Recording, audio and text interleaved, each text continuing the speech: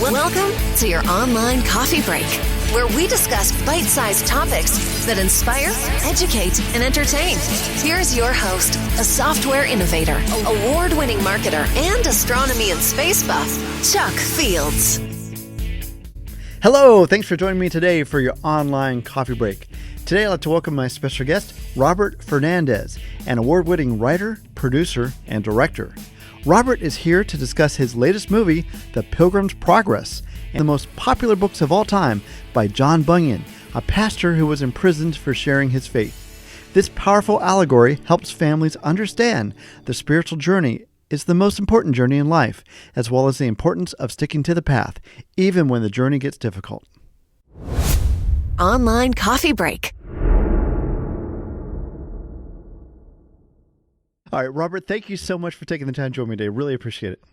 It's a great privilege for me to be here with you. Thank you so much for reaching out to us. Well, it's an honor to have you. And I tell you, I'm really impressed with your career. I mean, you're an awesome writer, director, and you're no stranger to the animated film industry. Before we talk about your awesome film, The Pilgrim's Progress, I wanted to ask you how you got into this field in the first place, especially how to get into animated films. I don't know, to be honest. I mean, it was just kind of, it's never something that I planned or ever really aspired to. I mean, I've been involved with media for a long time, and I worked for many, many years with live action, always very much focused on things that were educational or faith-based, very focused on kids. And doing animation during that time was almost like a dream for me. And around, I think it was during the time that I was working with live action, about maybe 25 years ago or something, in the back of my head, I always wanted to do series on Christian heroes, because I've been reading a lot of biographies, so some of these very well-known, Jim Elliot, Amy Carmichael, and everything, and these sort of little things and seeds in my mind. Mm-hmm. And eventually, I ended up working on and producing the Torchlighter series, which is animation that has to do with exactly that. Right. So I think it was just kind of a journey, learning as I got deeper into media, and I've always felt it was a calling, really. Well, I tell you, it's really wonderful, and it's evident in your new movie, The Pilgrim's Progress, that's coming out soon. And before we talk about that movie, it's based on a book that some of our listeners and viewers may or may not have heard of, obviously called The Pilgrim's Progress, written by John Bunyan way back in 1678. And what I'm trying to figure out, this book is like 370 plus pages long. How on earth do you approach a project like that and say, I'm going to take this multi-hundred, several-page book and turn that into a 2-hour animated movie? Where do you even start? That was a good question. It was. It usually begins with a lot of questions. Sure. Very nice. Now, for those of our audience who are not familiar with the book, can you give us a brief synopsis of it? I know it's kind of hard because there's a lot going on, but just a brief overview of what the story is. It's a story of a man who finds himself, his existence is in a city called Destruction, in which everything constantly decays, and the only way to keep the city going is by constant work. So it sounds pretty much like life on Earth. Yes, it does. The constant grind. But the problem is that there's nothing that he has to look forward to for him or his wife or his children. It's always is going to be the same thing of trying to work to keep up this place, until he comes across a book that tells him of another realm. It's a city of the celestial city that is ruled by a benevolent king. And the more he reads in this book, the more burdened he becomes. So rather than the book liberating him, it actually weighs him down, because it gives him this idea that this other place exists, but where? How does he go? And the only way that he can make his way is by letting go of the realm that he's in, which is basically spells death. That's what the citizens of the city are told. So this man, Christian, embarks on this journey, and as he does this journey, he meets people that are either helping him, encouraging him, or hindering him until he gets to the celestial city. And it's an allegory of the Christian life, because around the 60s, around that time, 70s, this whole concept began to, receive Jesus and he's going to be your best friend and everything's going to be wonderful. Yes. And that's just not the case. Right. So he is our wonderful friend, but he is God and he accompanies us like everybody else. We all go, as Christians, we all go through difficult times. The big difference for us as believers is that we have God accompanying us with them, through them. See, I thought that was what was incredible. I mean, there are so many identifiable, I guess, parts of this movie that I looked at and, oh, yes, I've been through that. And I think, yes, the misnomer is once you become a Christian, oh, life is great and dandy. You're not going to have any more struggles. And I do like how the movie really visualizes that. And one thing you mentioned is how the main character, Christian, has a heavy burden that he's carrying. And I love how you visualize in the movie this heavy burden getting heavier as he goes through.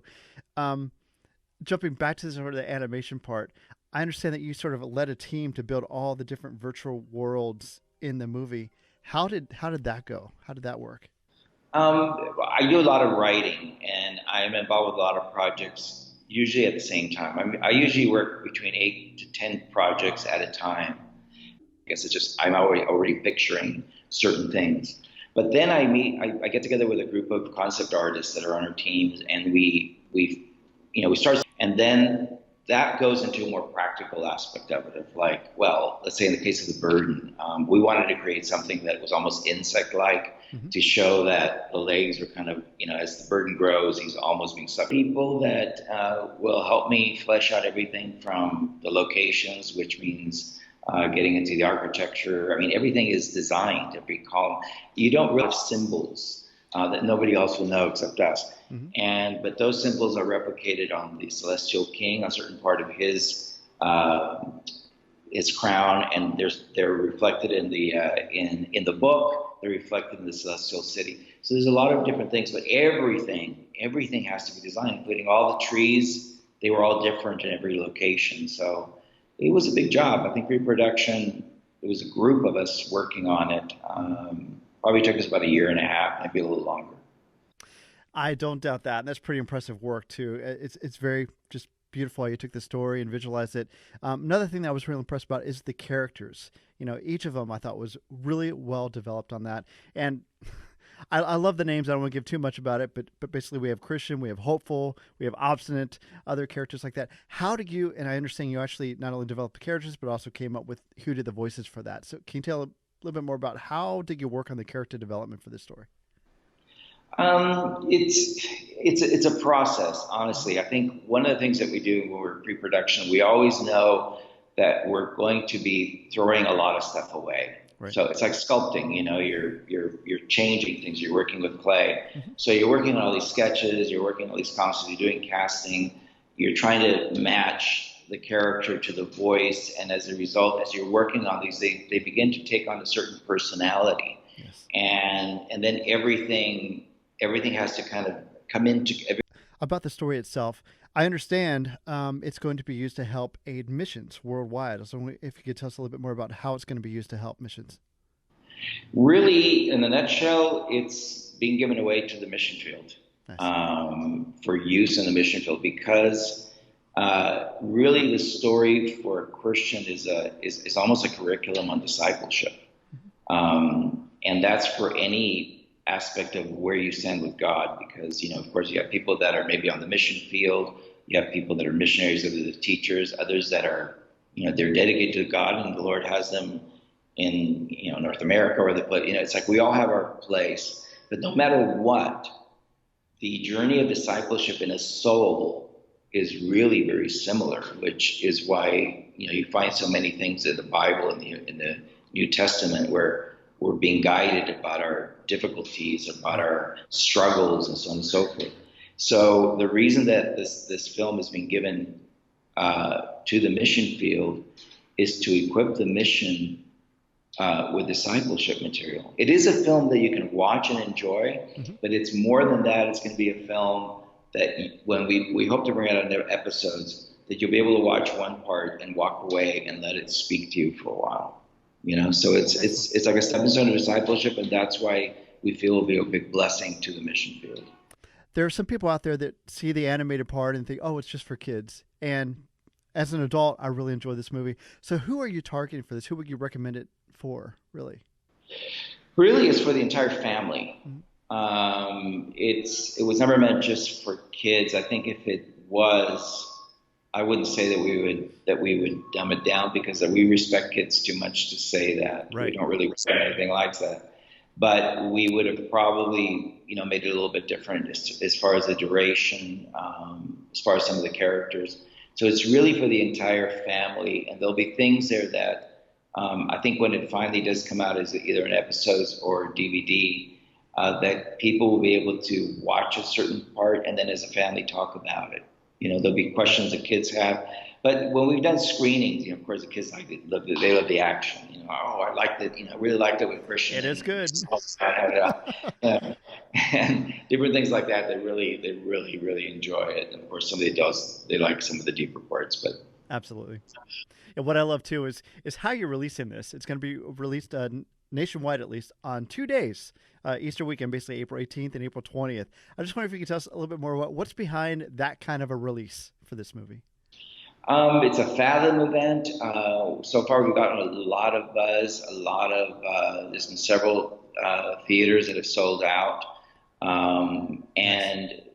It's because it's a good weekend where people are searching for something that's kind of meaningful and enjoyable, And a lot of times, and we've gotten great films during that time, of course, like The Passion and all that, which are really heavy. I mean, they're just, but they're graphically heavy as well. Yes. So we wanted to take advantage of the season to really emphasize and glorify the wonderful aspect of the resurrection and the resurrection power, and really Pilgrim's Progress, ultimately, with all its highs and lows and struggles of the main character, it's really a triumphant movie that, what Bunyan did was say, keep your eyes on what's ahead, which is eternal. And so what better time to do it than when Christ triumphed over death? Absolutely. And that's what's beautiful about this too. I love that. So I understand you also offer the ability for people to go to your site, pilgrims.movie, to find out a little bit more, and they can also do group reservations to bring the movie to their area. Is that correct? Oh, yes. I mean, we're trying to make it as easy as possible for people not only to go, but we have to remember that usually as believers, whenever God gives us a blessing, he always turns us around. Yes. He never lets us, he always says, okay, here, this is for you. And then he kind of turns us around. We're facing all these other people. So we're making it as easy as possible. People want to share that. And seems to be the experience that people want to invite their friends, their loved ones, and people that maybe they've been ministering to come in and just enjoy it, Right. And at the same time, we're hoping that, besides the fact that we would pray that it'll have a life-changing effect on people, it's also just an enjoyable film, and it's an edifying film. It's a family-friendly film, and it's great. And just like for every believer, it's got the happy ending, so we know it's going to happen. That it does. It does. The Pilgrim's Progress, again, great movie, wonderful ending, wonderful story. Robert, I want to thank you for taking time to join us today. I just want to wish you and everyone involved with the project the best of success with the Pilgrim's Progress. Thank you so much. Thank you. My privilege. Thank you so much. Online coffee break. Wow, I really enjoyed my conversation with Robert today. Hope you did too. The new movie, The Pilgrim's Progress, is amazing. Again, it's coming out nationwide April 18th and 20th. If you'd like to find out more or even look at showtimes, just go to their website, pilgrims.movie. I want to thank Robert for joining us today. I want to thank you for joining us as well. If you'd like to comment on today's topic, just go to our website, onlinecoffeebreak.com, leave a comment there. Or we'd also love it if you'd follow us on Facebook or Instagram at Online Coffee Break, or YouTube as well. Just search for Online Coffee Break. We'd also love it if you'd rate us on your favorite podcast application or share this episode with a friend. Thanks again for joining us today. We'll see you next time. God bless.